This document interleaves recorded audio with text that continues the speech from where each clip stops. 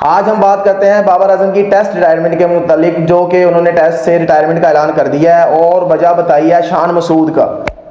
वजह बताइए, उन्होंने कहा कि शान मसूद को बॉलिंग पिचेस चाहिए और हमें बैटिंग विकेट्स, जबकि दोनों के ख्यालात एक दूसरे से नहीं मिलते। और जब उन्होंने बॉलिंग विकेट्स बनवाई है वहाँ पर तो बॉलिंग का हाल आपने पाकिस्तान का देखा ही होगा, उसके बाद बैटिंग का तो आपके सामने ही है। ठीक है, बाबर आजम ने मजीद कहा कि मैं नहीं चाहता कि मेरी वजह से पाकिस्तानी टीम को कोई मसला दरपेश हो, मेरी वजह से पाकिस्तानी टीम हारे, मैं परफॉर्म नहीं कर रहा, तो इस वजह से मैं रिटायरमेंट ले रहा हूँ टेस्ट क्रिकेट से। हालांकि जिस फॉर्मेट से उन्हें रिटायरमेंट लेनी चाहिए उसका तो कोई जिक्र ही नहीं किया अभी उन्होंने, यानी कि टी20 से रिटायरमेंट लें। आपकी ओडीआई वाली गेम रह गई है जनाब, अब आप ओडीआई खेलें। ठीक है, बेहतरीन आप क्रिकेटर हैं, ओडीआई के बेहतरीन क्रिकेटर हैं आप जनाब। टेस्ट से रिटायरमेंट आपकी बनती ही नहीं थी। ठीक है, तनकीदें देखें, डाउनफॉल प्लेस का चलता रहता है। ठीक है, अब अगर आपके हालात अभी ख़राब चल रहे हैं तो इसका मतलब ये नहीं कि आप रिटायरमेंट का ऐलान कर दें। ठीक है जनाब, अभी तो आपके साथ हुआ ही कुछ नहीं है। आप जिसको फॉलो करते हो, जिसको आप देखकर क्रिकेट का कहा था आपने कि मैं विराट कोहली को फॉलो करता हूँ, उनकी जैसी क्रिकेट खेलना चाहता हूँ, तो आप तो उनका 20,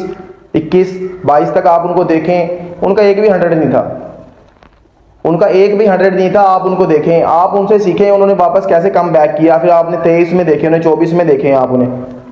और जो 23 का वर्ल्ड कप हुआ, सबसे ज़्यादा रन उन्होंने बनाए हैं, उसमें सबसे ज़्यादा रन बनाए हैं।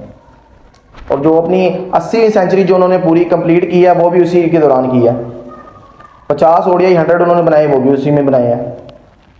यानी उनके पास जो पिछले 2 साल गुजरे थे वो फ्लॉप रहे हैं उनके, लेकिन उनके टीम ने उनका साथ दिया। आप भी अपनी टीम को इत्मीनान में लें, आप ओडीआई के कैप्टन हैं, आप टी20 के कैप्टन हैं। ठीक है, उसके बाद शान मसूद जो है टेस्ट के कैप्टन है, लेकिन उनकी भी कोई परफॉर्मेंस नहीं है।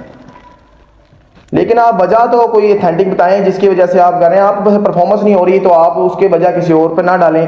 और ठीक है, अगर आप बेहतरीन प्लेयर हैं, पाकिस्तान में आपके जैसा प्लेयर अभी तक नहीं आया कोई, आप पाकिस्तान के बेहतरीन प्लेयर हैं, इसमें कोई शक नहीं है। मगर जैसा कि मैं पहले कह चुका हूं कि पाकिस्तान की हिस्ट्री में आपके जैसा प्लेयर अभी तक नहीं आया। जितने बड़े आप प्लेयर हैं हम मानते हैं आपको, हम मानते हैं आप प्लेयर हैं, लेकिन आप अपना कंपैरिजन किसी दूसरे प्लेयर से ना करवाएं। यही होता है जब आप अपना कंपैरिजन किसी दूसरे प्लेयर से करवाते हैं, आपको इसी नाकामी बदनामी का सामना करना पड़ता है कि आप उसके जैसे परफॉर्म नहीं कर पा रहे, लेकिन आपका रोल मॉडल तो वही है। आप तो कहते हैं कि आपके फैंस तो उससे आपको कंपेयर करने में लगे हुए थे, कि आपके फैंस आपको कंपेयर तो दूर की बात आपको वही बनाने में लगे हुए होते हैं। तो फिर यही बातें होती हैं, आप कहीं भी जाएंगे तो आपसे यही सवालात होंगे कि आप तो फलां प्लेयर की तरह कह रहे थे कि मैं उसकी तरह परफॉर्म करता हूँ या उसकी तरह खेलना चाहता हूँ। कुछ भी कह लें, आप शोज़ में बैठ जाएं या पॉडकास्ट में देख लें, आप यही सवाल होंगे, लेकिन आपके पास जवाब नहीं होगा। और इसका जवाब आपकी रिटायरमेंट नहीं है। इससे आपके मुखालिफ ही खुश होंगे आपकी इस रिटायरमेंट के फैसले से, ना कि आप खुद भी खुश नहीं हैं और ना कि टीम खुश है, और ना ही आप किसी हार का जिम्मेदार हैं। खैर, जो आपको बेहतर लगे।